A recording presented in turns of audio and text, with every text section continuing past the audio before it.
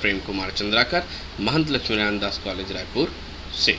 आज हम डिस्कस करेंगे error detection and correction code पर। ये जो टॉपिक है ये BCA part 3 computer system architecture subject unit 1 से लिया गया है। ये इस यूनिट का लास्ट टॉपिक है, हमारा इस यूनिट का लास्ट लेक्चर है। तो आज हम देखते हैं कि एरर डिटेक्शन एंड करेक्शन होता क्या है।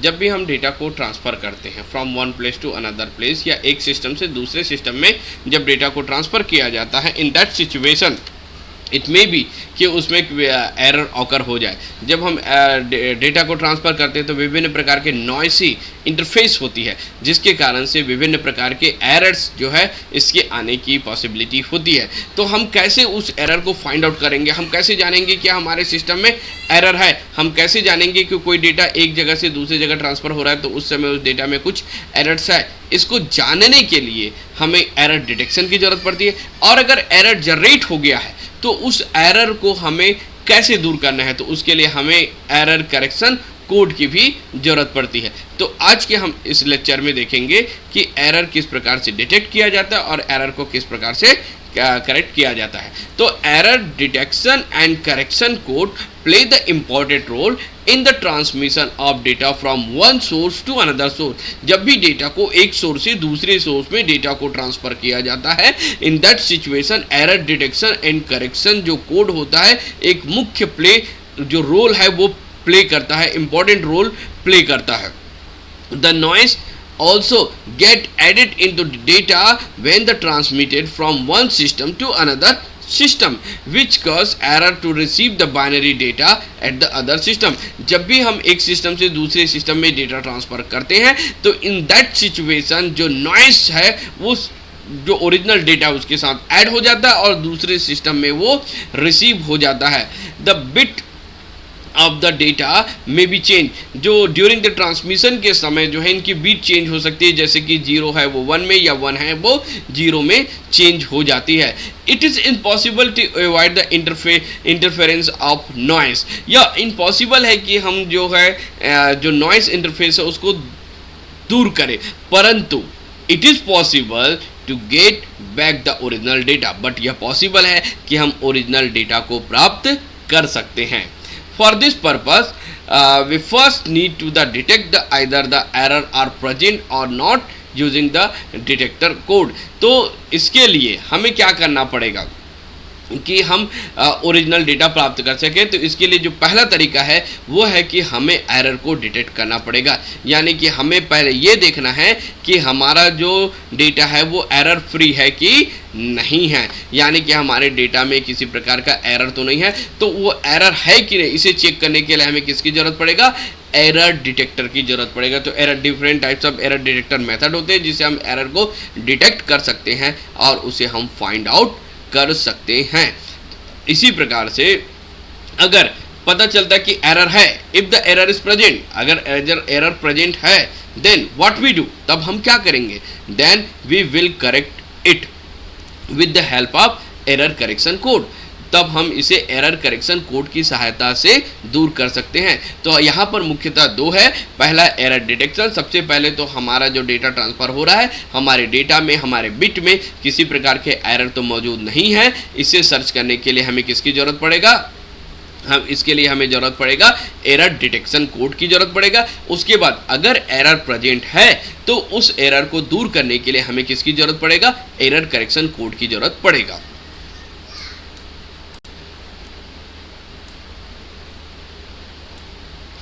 तो एरर डिटेक्शन कोड क्या होता है ये पहले देखते हैं। The error detection code are the code use for detecting the error in the receive data bit stream. जब भी एरर डिटेक्शन कोड की सहायता से हम जब डेटा को सेंडर से रिसीवर तक जब हम डेटा को सेंड करते हैं at the time of transmission, तो जो ओरिजिनल डेटा है वो जब प्राप्त नहीं होता है तो उस कौन सी डेटा उसमें प्राप्त हो जाती है, किस प्रकार की उसमें एरर्स इंक्लूड हो जाते हैं, इसको डिटेक्ट करने का काम किसका होता है, एरर डिटेक्टर का होता है। The error detector code are the code, error detector वह कोड होता है use for detecting the error, जो कि एरर को डिटेक्ट करने का काम करता है। यानी एरर को डिटेक्ट करने का काम जो होता है वो किसका होता है, एरर डिटेक्टर कोड का होता है। इन दिस कोड, यह जो कोड होता है come bit for include the append the original stream bit. तो ये कोड को जो ओरिजिनल स्ट्रीम जो बिट है उनके साथ जो आपका एरर जो इंक्लूड होकर आता है उसको फाइंड आउट करने का काम किसका होता है, एरर डिटेक्टर कोड का होता है। For error detecting code encode the message before sending it over the noisy channel. Error detector code की सहायता से जब भी हम डेटा को ट्रांसफर करेंगे एक सिस्टम से दूसरे सिस्टम में, तो at the time of sending करने से पहले हम उसमें क्या कर देंगे, एक इनकोड कर देंगे। और वह इनकोडिंग जब कहाँ पर, रिसीवर के जब के पास प्राप्त होगा तो वो क्या करेगा, उसे डिकोड करेगा। The encoding scheme perform such is the way that the decoder eight the receiver end, receiver and पर उसे डिटेक्ट किया जाएगा।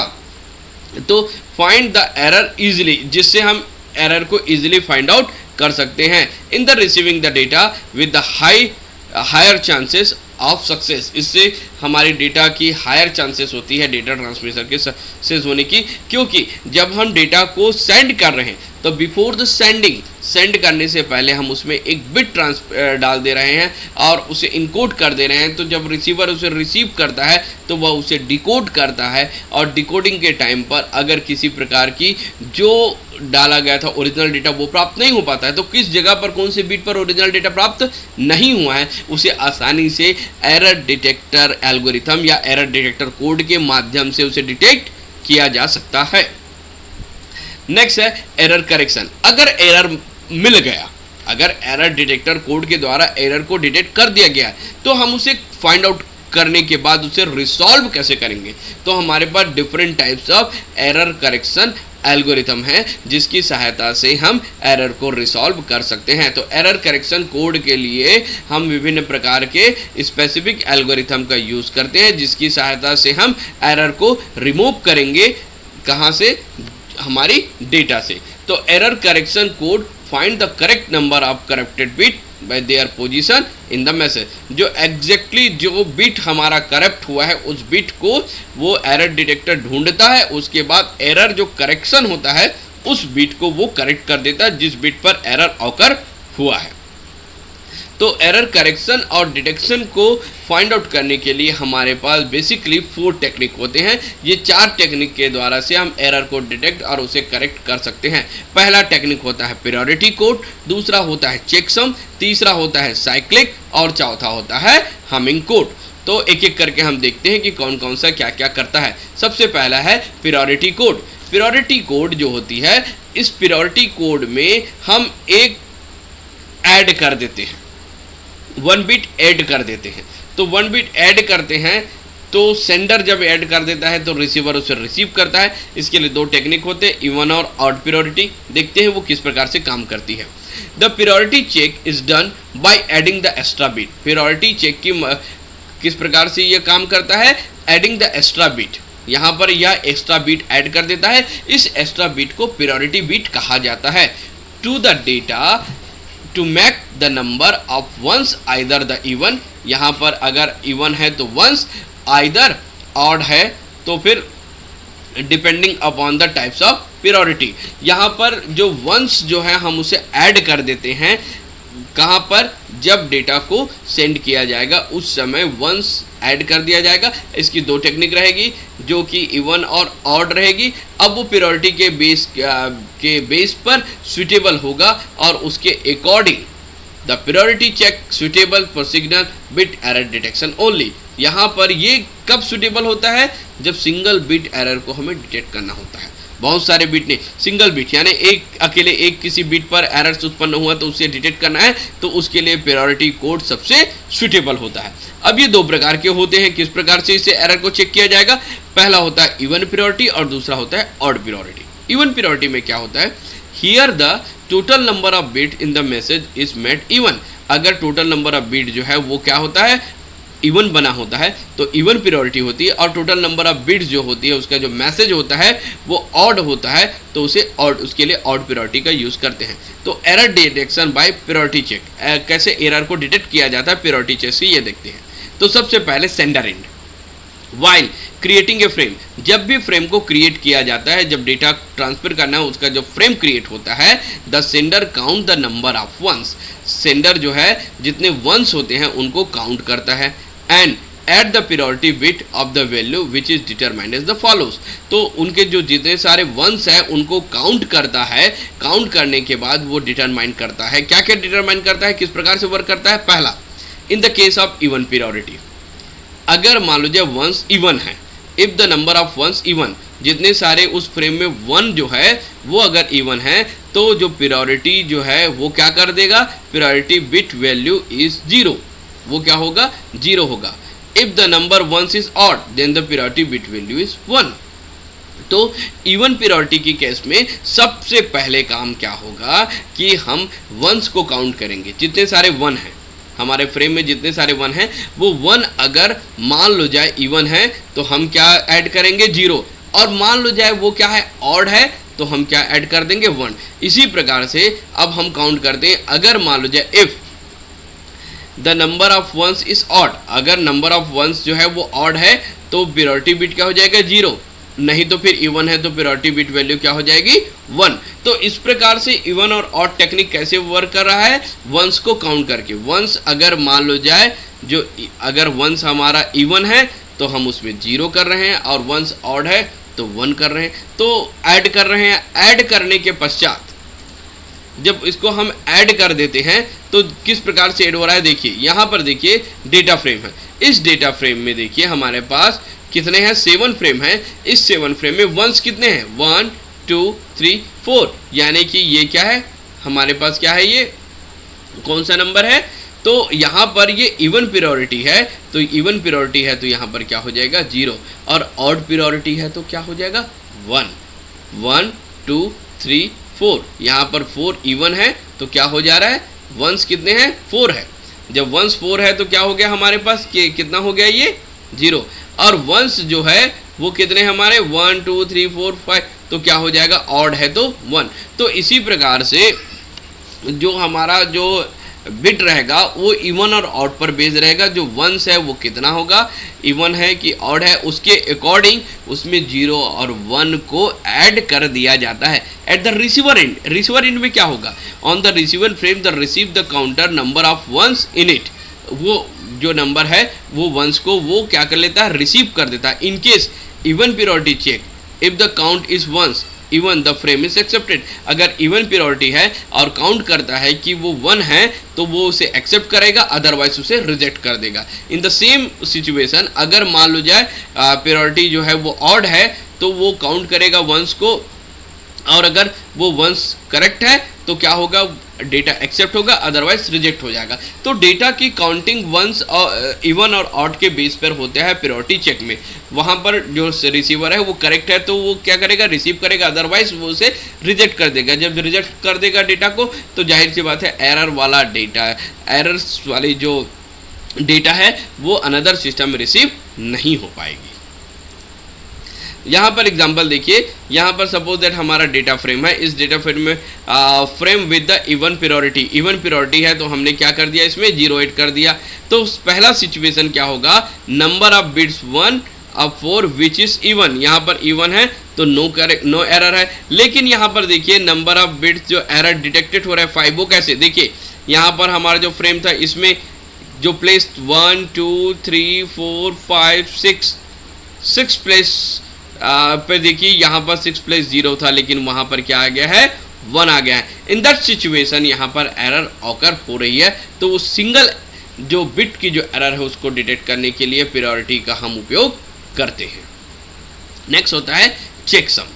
चेक सम का उपयोग कब होता है, तो the check sum this is block, check sum जो होता है एक ब्लॉक मेथड है, this is a block method, check sum एक ब्लॉक मेथड है, where checksum is created based on the data value in the data block to be transmitted using some algorithm and appended to the data।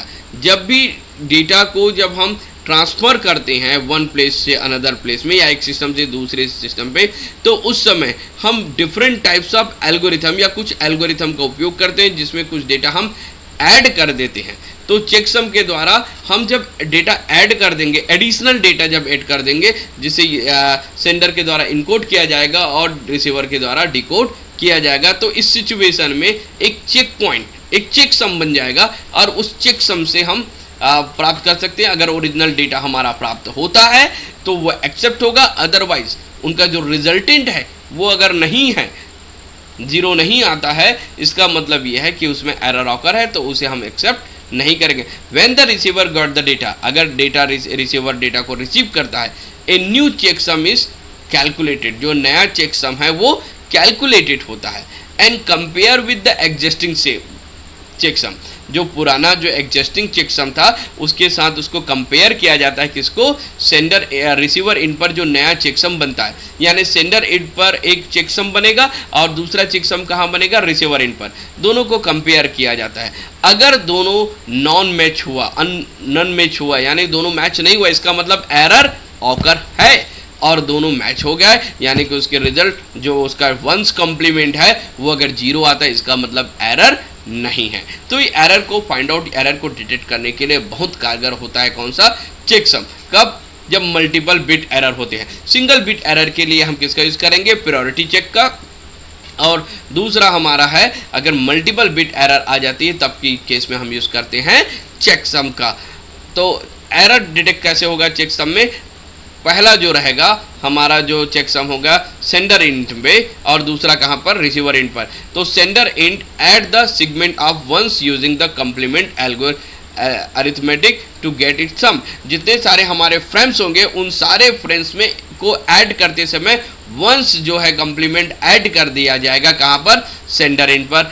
और उसके पश्चात जो last frame होगा उसके पश्चात इसका एक चेकसम जनरेट हो जाएगा। इसी प्रकार जो रिसीवर एंड होगा, रिसीवर एंड में भी जो फ्रेम होगा उस फ्रेम को ऐड करते समय उसमें वंस कम्प्लीमेंट जो है अरिथमेटिक में ऐड, अरिथमेटिक ऑपरेशन के द्वारा ऐड कर दिया जाएगा और उसका फिर से चेकसम काउंट किया जाएगा। और उसके बाद दोनों चेकसम का जो इन्वर्स है यानी कि पहला चेकसम और दूसरे चेकसम को मिलाया जाएगा और उसके बाद में उसको सम करने के बाद उसका जो इन्वर्ट आएगा वो इन्वर्ट अगर जीरो है यानी वंस कम्प्लीमेंट उसका जीरो है तो डेटा एक्सेप्टेड होगा, अदरवाइज डेटा को हम डिस्कार्ड कर देंगे। फॉर एग्जांपल सपोज दैट हमारे पास यहाँ पर 4 फ्रेम हैं। यहाँ पर जो 4 फ्रेम हैं इन 4 फ्रेम में हम जब सेंडर इन पर करेंगे तो सब में वंस कम्प्लीमेंट ऐड करते जाएंगे और उसके पश्चात इसमें हम क्या करेंगे? इसका जो भी कैरी आते जाएगा उसके आधार पर चेकसम हम बनाएंगे। अब उसी प्रकार जब सेंड हो जाएगा तो after the sending receiver end में इसका वंस कम्प्लीमेंट फिर से बनाया जाएगा, फिर से सम किया जाएगा और नया चेकसम जनरेट होगा। दोनों चेकसम जो आएगा इन दोनों का वंस कम्प्लीमेंट निकाला जाएगा और जो वंस कम्प्लीमेंट है वो अगर जीरो होता है hence the data receiving, otherwise data receive नहीं होगा, एरर ऑकर है, ये हमें पता चलेगा। इसको देखते हैं कैसे होगा। यहाँ पर फ्रेम 1 और फ्रेम 2 को हमने क्या किया? ऐड किया। अब यहाँ पर पार्सली हमने किसको कर दिया? 1 ऐड किया। सिमिलरली फ्रेम 3 में के बाद हमने पार्सली 1 ऐड कर दिया, फ्रेम 4 के बाद हमने पार्सली 1 ऐड कर दिया। तो इस प्रकार से हमारा ये चेकसम प्राप्त हुआ। फ्रेम 1, फ्रेम 2, फ्रेम 3, फ्रेम 4 सब में हमने पार्सली क्या करते गए? वंस कम्प्लीमेंट ऐड करते गए। फिर उसके बाद में ये सेंडर एंड पर हमें ये चेकसम प्राप्त हुआ। फिर उसके बाद रिसीवर एंड में क्या होगा? अगेन सेम प्रोसीजर, फिर से क्या किया जाएगा? फ्रेम 1 फ्रेम 2 का एडिशन होगा। फिर उसके बाद पार्शियल्स जो है पार्शली वंस जो है वो ऐड कर दिया जाएगा।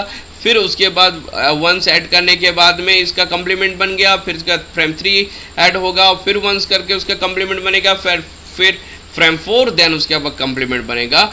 तो इस प्रकार से एक नया चेकसम प्राप्त हुआ। तो हमारा जो पुराना चेकसम था और नया चेकसम था दोनों को हम लेते हैं। हमारा सम पहले से कितना था? चेकसम जो था हमारा 11010011 और जो चेकसम जो बना 11010011 और यहाँ पर इन दोनों का जो सम बना, जो नया सम बना और चेकसम, इन दोनों को हम क्या किए? सम किए। तो सम करने के बाद सबकी वैल्यू कितना प्राप्त हुआ हमें? 11111 और इसका कम्प्लीमेंट जो है वंस कम्प्लीमेंट फिर कितना आया? 0000 आया। तो यहाँ पर 00 आया, इसका मतलब हैंस क्या है कि डेटा हमारा एरर फ्री है। और अगर ये 00 नहीं आता, इसका मतलब ये है कि एरर डिटेक्ट होता है। तो जहाँ पर एरर डिटेक्ट होता है वहाँ पर उसे हम करेक्ट करते हैं।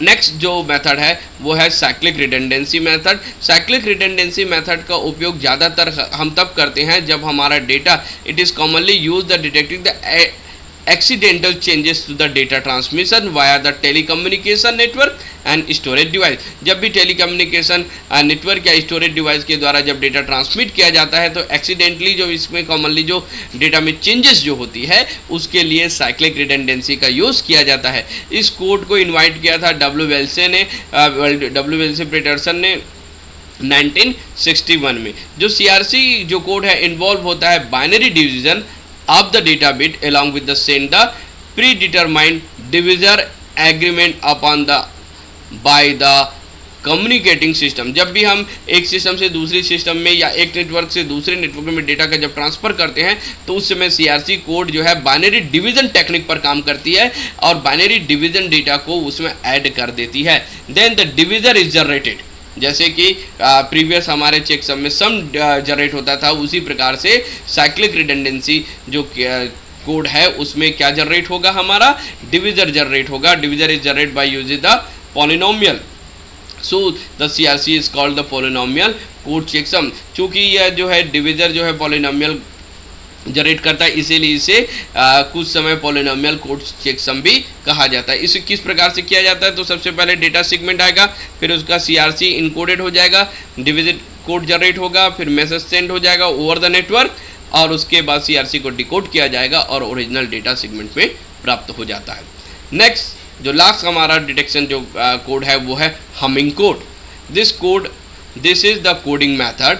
ये वह कोडिंग मेथड होता है जिसमें the source encoding the message bye inserting the redundant bit with in the message. यहाँ पर सोर्स को इनकोड किया जाता है, उनकी जो मैसेज होती है उसमें इंसर्ट कर दी जाती है कि अलग प्रकार के डिकोडिंग के माध्यम से इसे हमें प्राप्त किया जाता है। The redundancy bit with in the message के साथ जो रिडंडेंसी कोड है वो रहेगी।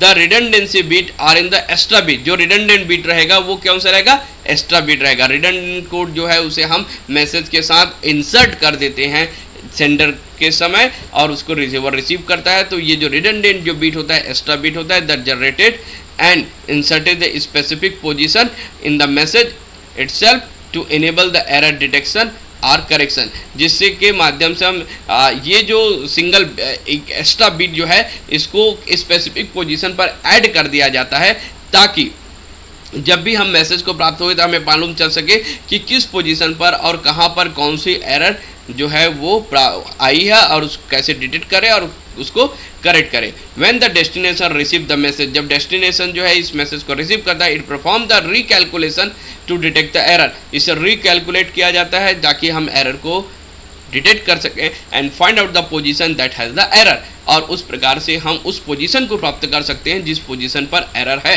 तो इसके लिए हमिंग कोड के द्वारा क्या किया जा रहा है, वन एक्स्ट्रा जो बीट है उसको डेटा के साथ इंसर्ट किया जा रहा है और ये जो एक्स्ट्रा जो डेटा है उसे एक्स्ट्रा जो बीट है उसे हम क्या कहते हैं, रिडंडेंट बीट कहते हैं, जिसको किसी स्पेसिफिक पोजीशन पर डाल दिया जाता है, मैसेज के साथ उसको भेज दिया जाता है ताकि हम एरर को आसानी से डिटेक्ट और करेक्ट कर सकें। जब इसको डेस्टिनेशन पर यानी रिसीवर पर रिसीव किया जाता है इस मैसेज को तो इसे वापस रिकैलकुलेट किया जाता है और रिकैलकुलेट करने के बाद जो एरर डिटेक्ट होता है तो हमें पता चल जाता है कि किस पोजीशन पर एरर है और we can find the position of the error.